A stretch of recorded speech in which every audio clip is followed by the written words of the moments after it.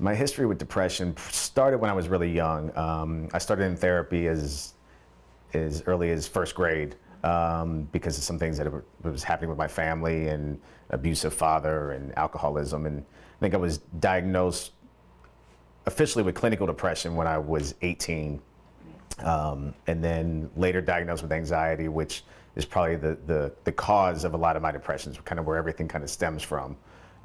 Later on in life, I think if I would have been treated for anxiety first, some of the results might have been different. But when I was 18, I was put on Prozac, kind of when Prozac kind of became the big drug of choice, and was on that for about a year and a half before I decided to get myself off that, because the thought of being on Prozac for the rest of my life wasn't that great of an idea at the time.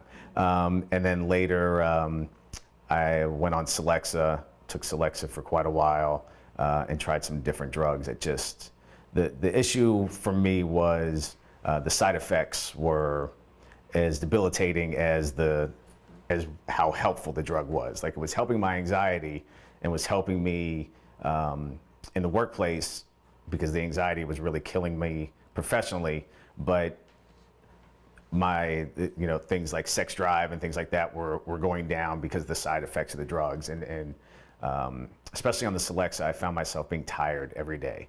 How the anxiety would affect, and this is gonna sound like hyperbole, but it's exactly what it is. At the time, if I would call my boss and my boss wasn't able to pick up the phone, in a matter of a few seconds, I would go from, he can't pick up, he must be mad at me, I'm gonna lose my job, we're gonna lose our house, my wife's gonna leave me, I'm gonna be back living in a 1-bedroom apartment. In a matter of seconds, like it goes that fast.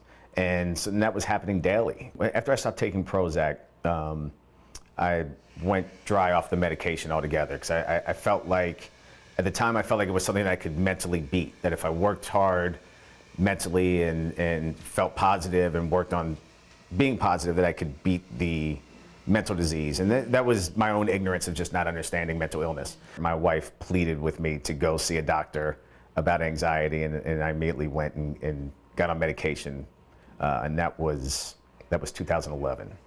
And I stayed on Celexa for probably 3 or 4 years, and I was going through, had a couple years where I literally couldn't stay awake during the day because I was so tired, and I wasn't sure if it was the medication. So then it became this cocktail of trying to figure out what the proper dosage was.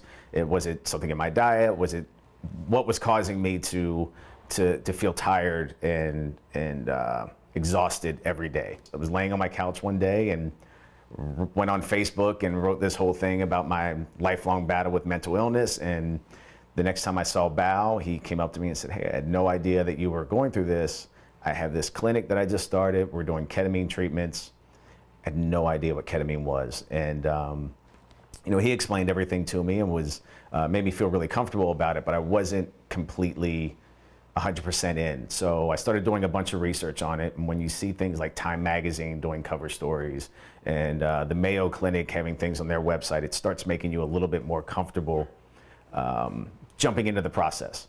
And then it wasn't until I talked to my therapist and psychiatrist about it, and they definitely weren't saying you should definitely do it, but they were curious. They said, "Hey, it's not something that we can tell you to go do, but the effects of everything that's been done have all been very positive. We just don't know what the long-term effects are." So after a while, I finally gave in and said, "Let's give it a shot, and let's go." So I came in one day and started treatments, and I can honestly say that I don't know that I can thank Dr. Bao enough.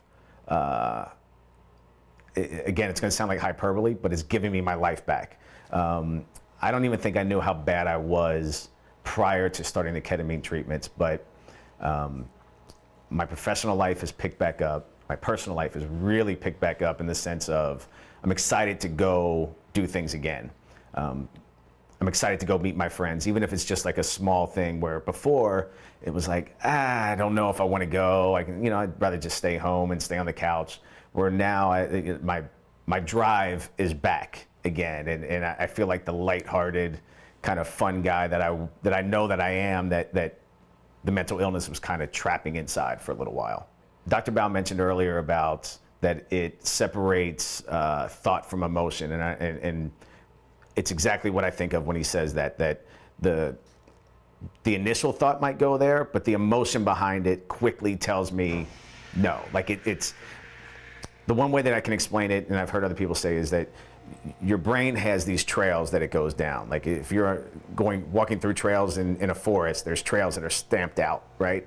And my brain always goes down the same trail, and that path has always been bad for me.